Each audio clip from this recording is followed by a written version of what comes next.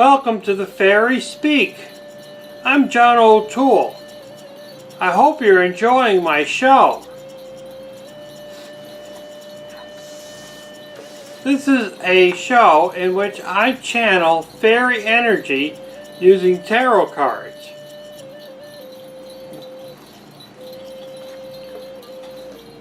I use tarot cards that are Brian Fraud's Fairy Oracle. I've been using these cards for 20 years and I'm quite happy with them. And it's a good idea if you have an interest in tarot card reading, even if it's just for your own sake and your own adventure. You could get your own deck. You can get decks all sorts of places. You can get them online. I recommend going to a new age store, new age bookstore. If you're in the Berkshires, there's the Crystal Essence. I would hope that they have them. One of these days I should call them up and ask them if they have them.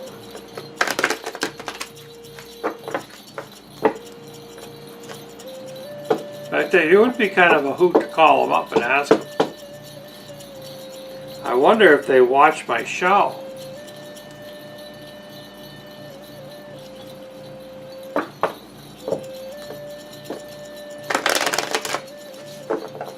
So what this show is all about is I do a tarot card reading for you out there. Now the fairy realm are assisting me in picking the cards to suit the energy of the audience watching the show. Now grantedly, you're not here in my room. You're out there on the other side of the TV screen.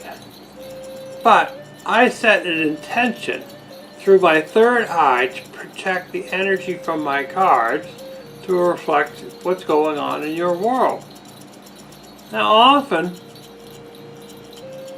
this type of reading is kind of effective. Sometimes it doesn't make any sense at all. On the other hand, you might watch the show and think, bonkos, that guy's crazy. Well, maybe I am crazy. And then you're going to be sitting someplace, minding your own business, and all of a sudden you're going to say, holy cow, I know just what that guy was talking about. I think it's going to happen.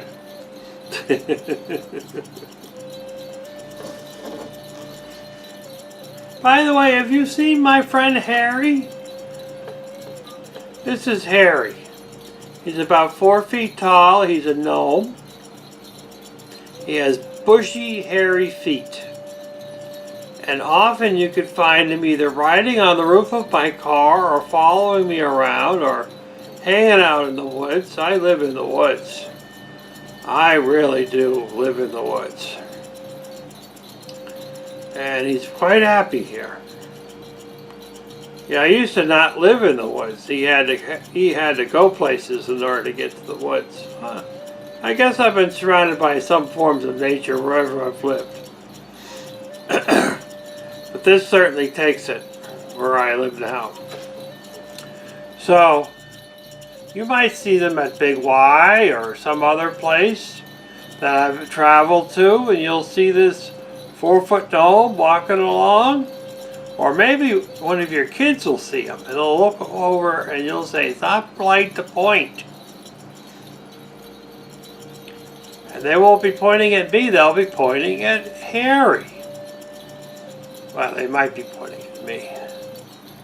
I do resemble somebody that comes around in December.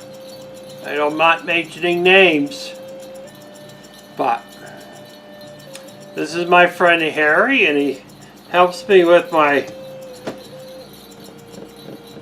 ferrying project.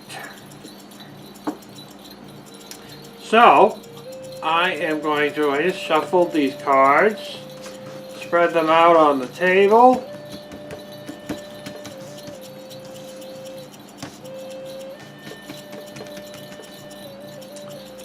The last time I did this, I think I pulled 7 cards. I wanted to do 6 cards. For some reason they wanted 7 cards. I think we're going to do 8 cards.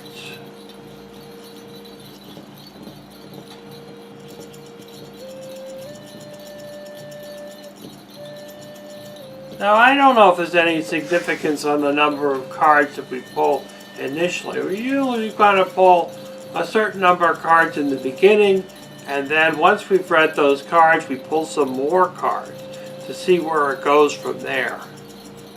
And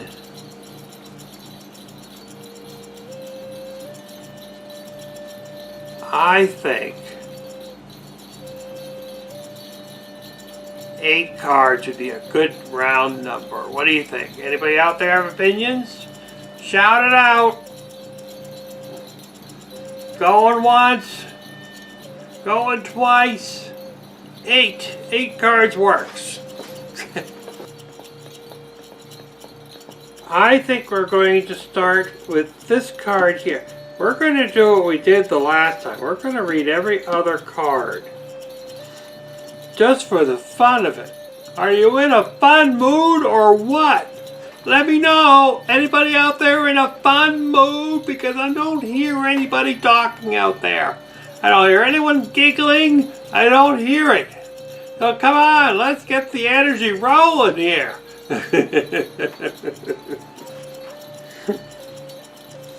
Number 28. Penelope the Dream Weaver. Well, how about that for a place to start, huh? The Dream Weaver.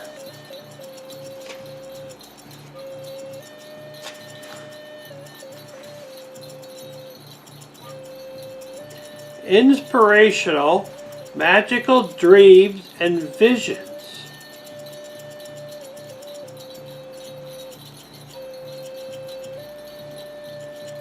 I took a nap this afternoon or this evening, and I woke up and I had a dream that I went car shopping with my daughter. We both took separate cars. She worked out a great deal, but it involved trading in my car for her to get a good car.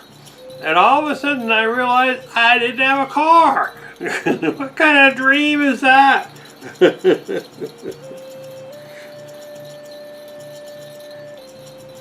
Dreams could be quite the unusual thing. This is one of my favorite cards. Now, maybe it's not fair for me to say I have favorite cards, but this is one of my favorite cards. The Fairy Who Was Kissed by the Pixies. If you're going to get kissed, you want them to be pixies.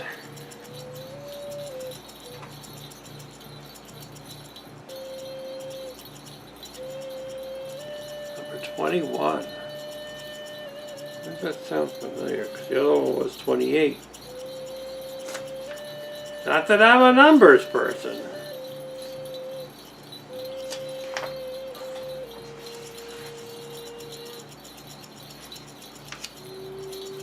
The Fairy Who Was Kissed by the Pixies.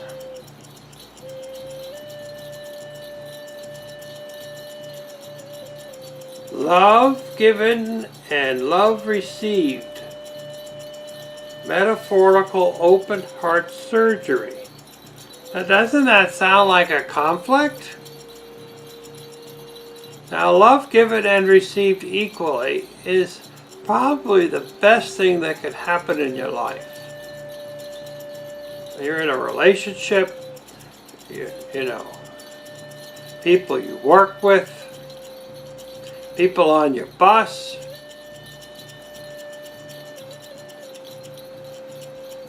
Love given and received freely.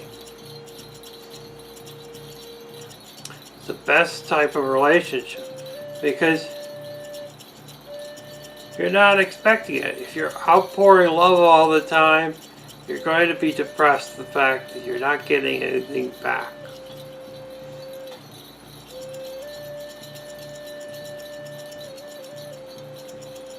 You're constantly receiving love because you're desperate to have love in your life, and you do anything to have love in your life, but you're not willing to give it back. It's an imbalance. And that's why, well, that's not necessarily why I love this card, but I love this card because I just like the thing. Like, I like the whole concept of being kissed by pixies. Hey, I'm human.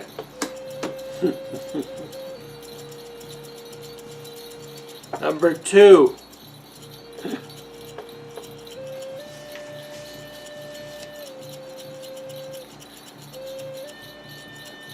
Ecstasis. Ecstasy, joy, rapture, and motivation. But this one was in reverse.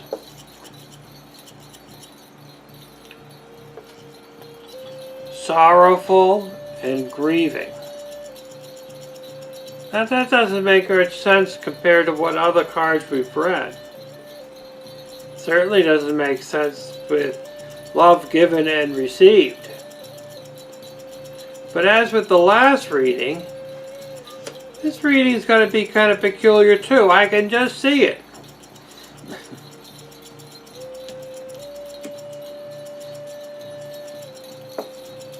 It would be what makes sense, wouldn't you think? Number 61.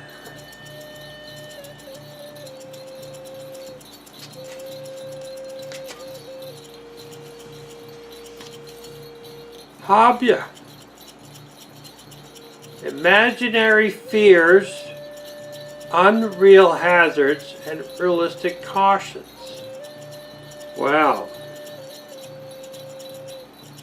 now number 2 makes more sense, doesn't it? Sorrowful and grieving. I hope a card kind of pulls all this together, don't you think?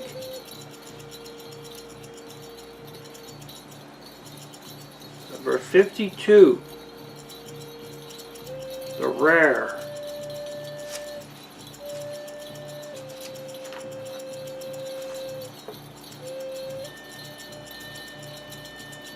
Number 52, wild energy and pure potential.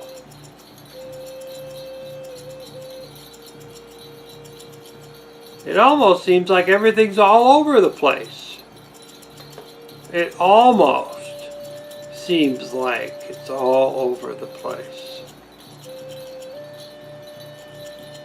Wild energy and pure potential.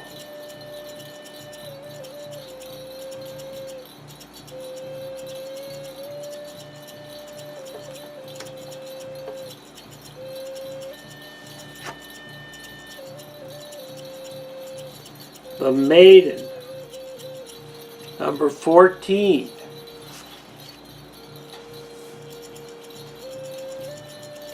Auspicious beginnings, birth, growth, joy, and hope.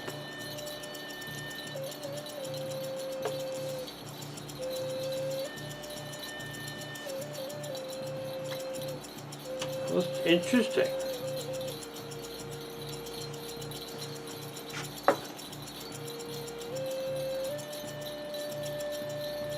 Epona's wild daughter. I've got 2 wild daughters. Number 54. Epona's wild daughter.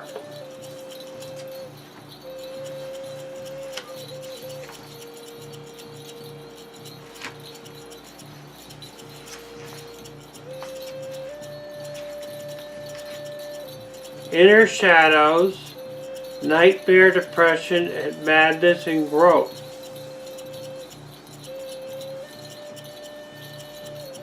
Inner shadows, nightmare, depression, madness, and growth.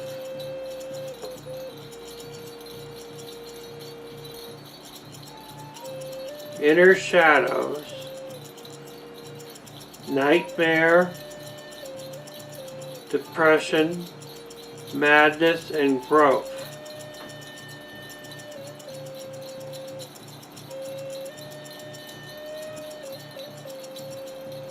Had a nightmare lately?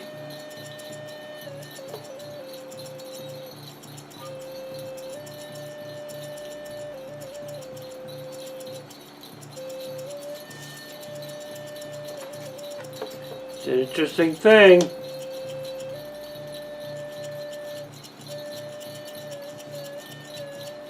Another interesting card.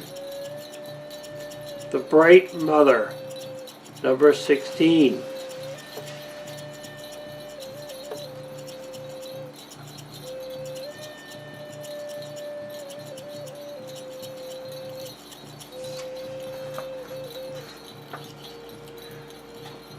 Creativity, nurturing, productivity, intimacy, and sheltering.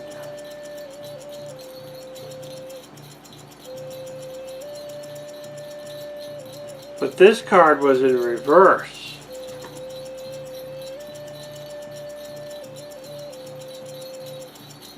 Unisex, difficulty giving and receiving nurturing.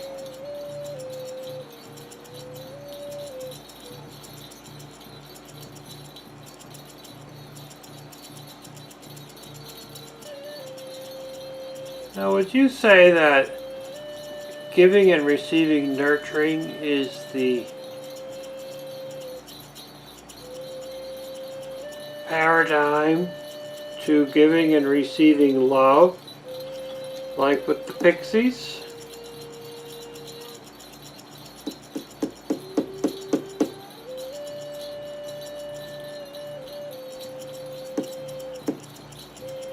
Kind of makes you wonder just a little bit.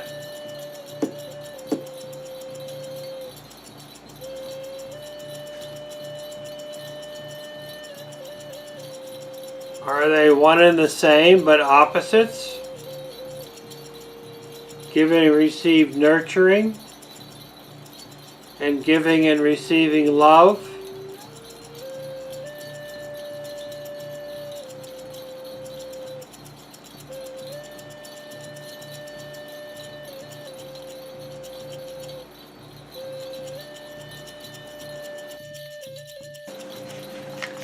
List of the shadows. Healing the shadows, addictions, bondage, and self-esteem. Healing the shadows, addictions, bondage, and self-esteem. Well, that's a nice card to end on. Don't you think? It's a very nice card to end on.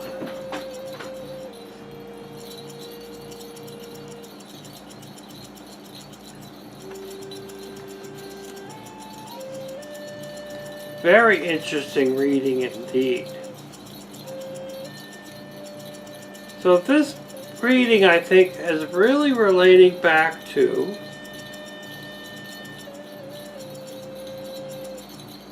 love given and received, and nurturing given and received.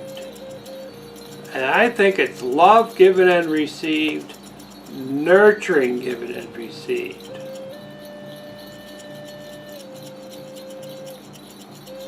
Nurturing given and received, love given and received.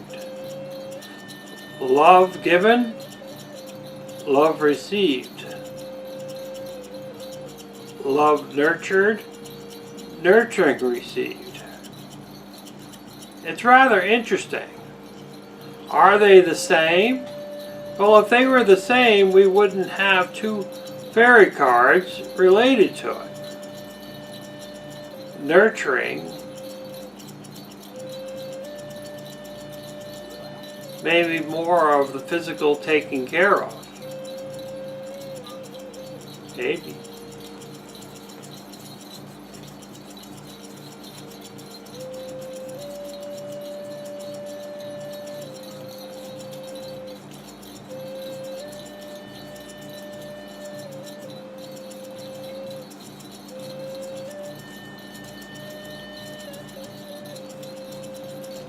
Does the kitty cat distracting me have anything to do with the energy we are presently reading? Does she expect attention that she's not receiving? Do kitty cats give and receive love? Or do they just exist?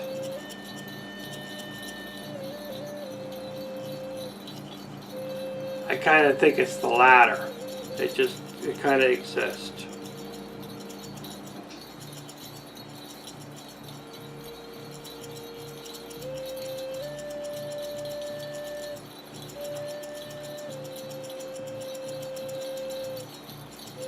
Now there's no nurturing given and received dealing with a cat.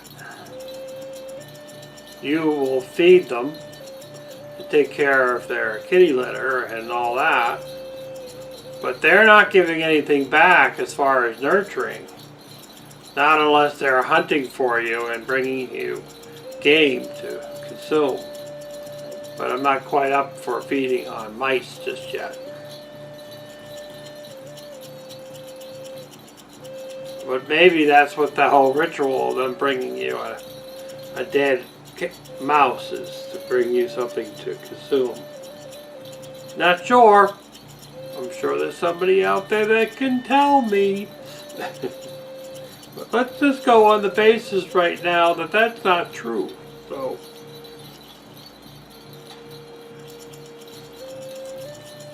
don't think they really care whether we have something to eat or not.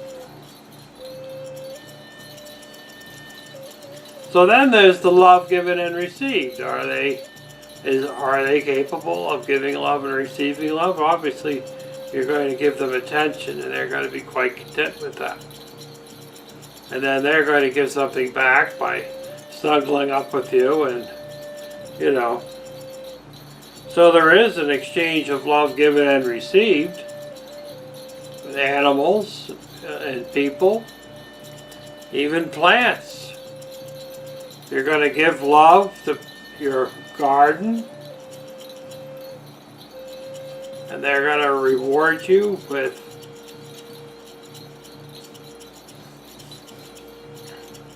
food to eat or flowers to admire. And there's the nurturing. They're going to provide you with substance for you to consume, to be healthy. And you're going to provide them with substance so that they can grow and be healthy and produce fruit or vegetables.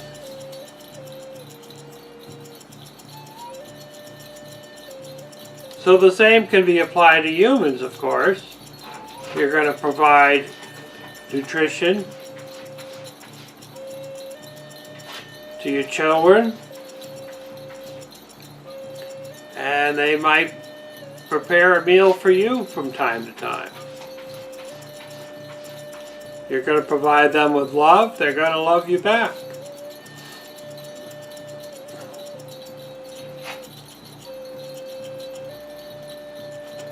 So there is certainly a daunting relationship there. How all this has to do with our reading right now, I don't know.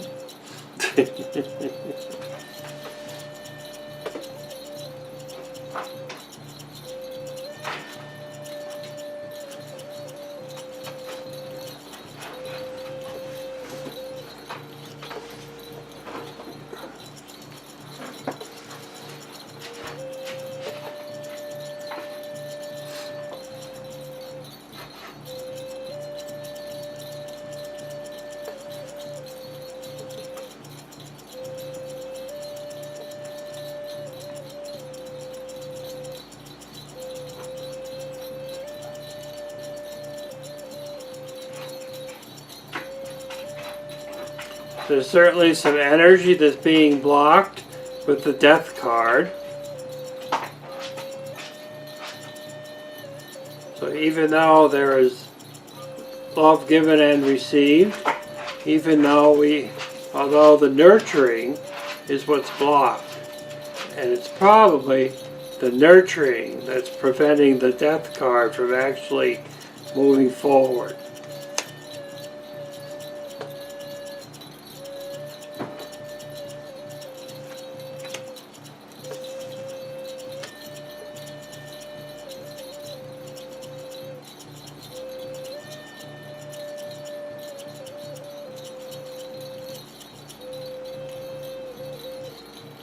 And of course the energy of Halloween and All Souls Day is going to play a part in these cards.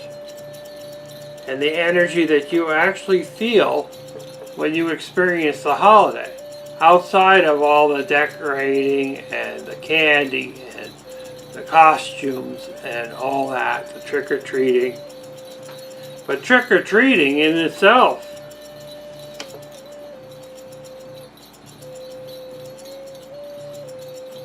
is the most interesting thing. Trick or treat, trick or treat. Love given and received. It's an interesting dynamic that I can't wait to talk to you in the next episode of the FaerySpeak. So until next time, the Fairy speaks for you. Da da da da da da da da da